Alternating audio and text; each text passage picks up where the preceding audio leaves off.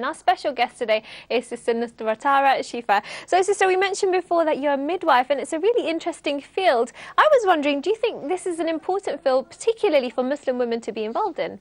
Absolutely. I do feel that we do need more Muslim midwives in our profession.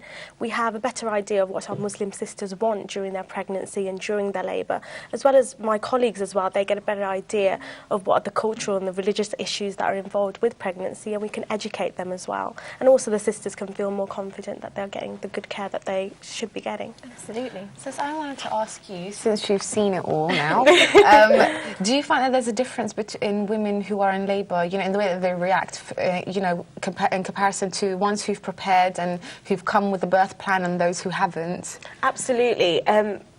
A woman who's come prepared, knowing what she's going to expect in labour, she's much more in control. She knows what's going on. She knows what the next steps are going to be, compared to a woman who doesn't know, why am I having these pains? What are the pain reliefs? So, like, talking to women in labour about these things for the first time can be quite difficult for her to understand while she's in pain. But compared to a woman who's in control, who knows about what pain reliefs are available, how contractions are going to occur, she's much more in control, and she's much more able to cope with her contractions better. But can you know too much? Sometimes you can know too much, and it can be a hindrance. That can be a hindrance, but it really depends on how you are as a person. Well, let's find out some more, right? So let's go to our next segment now. It's Her Views.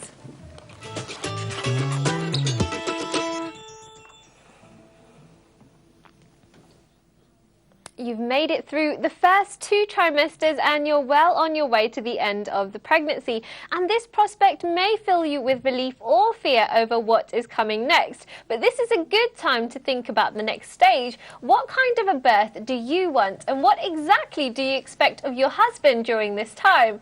Also, it's a good time to plan spiritually for the birth and your new arrival. What are the sunnahs we should know about? And what effect will the birth have on your ibadah?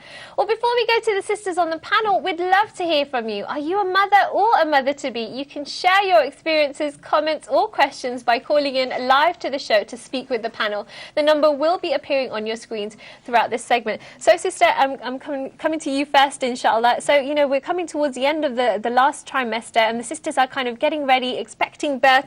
What should you be considering at this point? So we say about 37 weeks, your term. So start to pack your bag, get ready for the hospital. Things you should be packing for yourself is loose-fitting clothes, something comfortable that you want to wear in labour. Make sure you've got your handheld antenatal notes with you. So when you're going to the hospital, the midwives and the doctors will know how your pregnancy has progressed. Simple things like basic toiletries, sanitary pads, underwear, and things for babies, we'd say clothes, lots of clothes for babies, nappies, cotton wool, and if your hospital provides milk, then to take, not to take any in, but if they don't, just to take some in, but if you're breastfeeding, then to breastfeed. It's quite a comprehensive list there. Yeah, there's quite a list. So if you ask your community midwife, she will provide you with a list what you should be taking in with you. So a bit of a checklist there. It's interesting to see you've got all those different things. Sister Zainab, anything to add to that list that Sister Nusratara gave there? I'm thinking more from you know, a family or the friend point of view. You know, I think sometimes it's hard to understand what the mum's been going through for the past 9 months. That especially at this time, it must be like the heaviest time for the mum, and they're becoming increasingly excitement, nervousness. Yeah, definitely, and increasingly sleep deprived. Yes. I read somewhere in one of the medical journals that mums even get a little bit kind of clumsy because of that kind of pregnancy brain. Yeah, definitely. Yeah.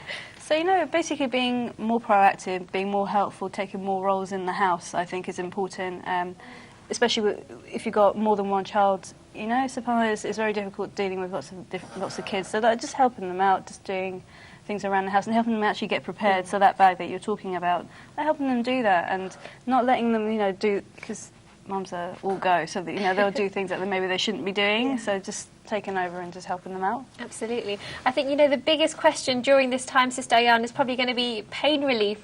What's it all about? How do I, you know, what were the options there?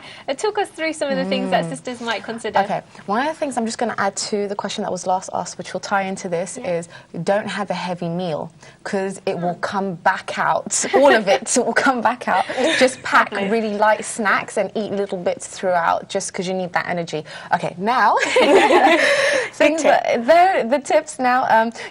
Water is really good, like a water bath. So in a bath or in a pool, it's really good. It helps to alleviate some of that pressure and some of that pain that you feel when you're having your contractions. And also the water is about body temperature. So it might feel lukewarm to you, but it's the optimum temperature because that's the temperature of the inside of your body. That's the temperature that your baby's used to. So that's really good.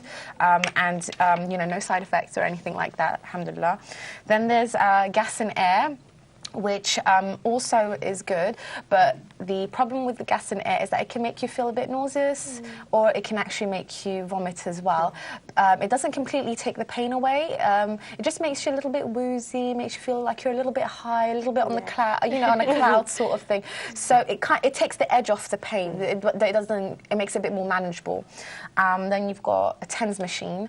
They look a little bit like the massage pads that you get or the exercise pads that you get, and you put these along your back, and what it does, it kind of redirects sort of the pain signals that you're getting when you're having your contractions, so that helps to alleviate the pain. And they've got no side effects, so they're really, really good. But once it comes to the pushing stage, when you're there and baby's about to come out, it doesn't really help at that stage, but it helps before then. Then there's also medicines, so things like epidural and pethidine, and I'll let Sister Nusrata talk about those because that's your thing. So again, what we'd say initially, self-help, being in control, learning about your labour, like Sister Diane said, gas and air, and then if things like that aren't working for you, maybe pethidine may be an option for you. It's an injection that we put in the top of your bottom. It can make you feel a bit sleepy, and the disadvantages with it, it does cross the placenta, so it can make baby a bit sleepy as well. It takes about 20 minutes to take effect, and it lasts about 2 to 4 hours within the labour. The next option would be an epidural if you want total pain relief. So an anaesthetist would do that. So they insert a needle into your back, lower back, and they insert a tube in, and through that tube we give you medications just to numb you down from your stomach down to about your knees or so. Some hospitals do offer mobile epidurals where you can walk about and be a bit more mobile, but it depends what your unit offers, and it's good to find out. And we have to also insert a catheter as well, because you won't be knowing when you're passing urine as well. With the second stage, so when you're pushing, it can sometimes prolong it because you don't know when to push, so the midwife will tell you. But yeah, it's absolutely your choice. Those are the options, and whatever you want, you can choose. It's good to maybe have that discussion with your midwife and speak about these things even before you go in. Definitely. Just so that you're aware of all the options that are available to you. Sister Zainab, I mean, we know that there are lots of ayats and hadith discussing what takes place during this part of the development in the womb.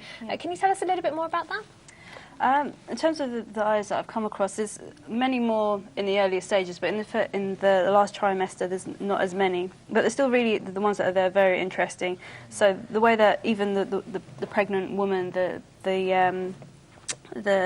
in terms of when it talks about pregnancy, it talks about the burden. It's very interesting. So the sheikh who's basically writing about this was explaining that you got to understand even the reality of being pregnant. That is a very difficult. There's a very beautiful time, but it's also a very difficult time. So he actually listed all the different things that will happen: backache, leg cramps, bleeding gums, all kinds of things. Like there's a lot going on depending on the mum, but also some more scary things like high blood pressure, low blood pressure, and all these other issues as well. So subhanAllah, it's a time of beauty, but yeah, it is in the real sense of a burden. So I thought that just the use of that word was so apt, so beautiful, mashallah. And even there was talking about letting the mother heal after the pregnancy as well. So if it's understood in that way, then there's a lot you can learn from it. There's also some other ayahs. So Surah 46 verse 15 it discusses it. The quote is the bearing of him, the child, and the weaning of him is 13 months. There's lots of discussion on this. It's very interesting. That in general, I think we know that the sunnah for breastfeeding is about 2 years, isn't it? So that kind of homes in on how I was talking about the gestation period being about 6 months, and there's a lot of medical discussions. I mean, inshallah, you can maybe expand on this a little bit more. It's from that point onwards that it's the baby can come out safely with of course, being looked after for the next 3 months. But it was interesting that's the point, because we know that pregnancy is normally 9 months, but at that point, the 6 months, then the baby is actually fully developed, isn't it? So even we're talking about other ayahs that talk about the development of the senses. So the first being the hearing, the last being the sight. And by the 28th week, which is the very last point of the 6 months, the retina becomes sensitive to light. So it's fully, everything is formed. It's just growth. It's just the growth that's left. So I just thought it was beautiful, just how exact the Quran is. About in description of this process, mashallah. I think it's incredible, you know, over the course of the last couple of days, when we've talked about how the Quran speaks about the development of the fetus and all of these things, it's incredibly detailed, and I think that's something I've learned from this discussion, that, you know, there's so much in there and there's so much information, and there's, you know, really beautiful descriptions of the whole process, and that's something that I've you know, just become aware of, alhamdulillah. Sister Ayan, let's go on to the scary bit now. We're going to talk about labour, inshallah. What are the signs that someone is in labour, and what are some of the things that you know, can help the labour along a little bit? Okay, you might start to feel some niggles in your lower back. It always starts as a bit of a niggle. It's always like, oh, what was that sort of thing? And then afterwards, you know, that feeling kind of grows and intensifies over time. So then that kind of indicates that you're having, you know, that you're starting to go into labour. It could also feel like you're having abdominal cramps, or, you know, when you're going through your menstrual cycle, the sort of feelings that you get, that sort of pain and the sort of hot feeling that you get in that area, it can also feel like that. So that could be an indication as well. Breaking your waters, that's a big sign. That obviously baby's coming. Also, you get sort of brownish looking sort of fluid or residue that you notice, and that's the mucus basically showing. And for some sisters, hasn't been my experience, so it's upset tummy or loose bowels, or just feeling really, really emotional. That one I can relate with. So those are definite signs. In terms of helping the labour along, walking helps a lot. It gets baby's head into the right position, and you know, the gravity kind of pushes them down a little bit more. Also, apparently drinking raspberry leaf tea. I didn't know about this. I don't know. Maybe if I did that, maybe it would have been easier. I don't know. Yeah, and just being active, you know, trying not to be too active, but just trying to be active. All of that helps, because if you're laying back and you're just stationary, you're not doing much, what you're doing is you're putting your baby in a certain position where it's going to be harder for them to come out when it comes to, you know, the actual labour. So those are the things. I don't know, Sister. Absolutely correct, yeah. With the mobilisation, we'd say, just as Sister Anne said, gets baby in the right position, so baby will deliver much easily. Otherwise, if baby's back to back, it can be quite difficult to deliver baby, and mobilising, being on a birthing ball, rocking backwards and forwards really helps. I mean, there are a lot of misconceptions that people have around labour, isn't it? And I think, you know, a lot of it stems from, we were discussing this before the show, actually, that there's been this kind of new trend almost in programmes which are kind of specifically related to birth and showing the whole experience of birth, and they've really taken off, because previously it's been quite a hidden kind of part of life. You almost don't know what happens in the maternity ward.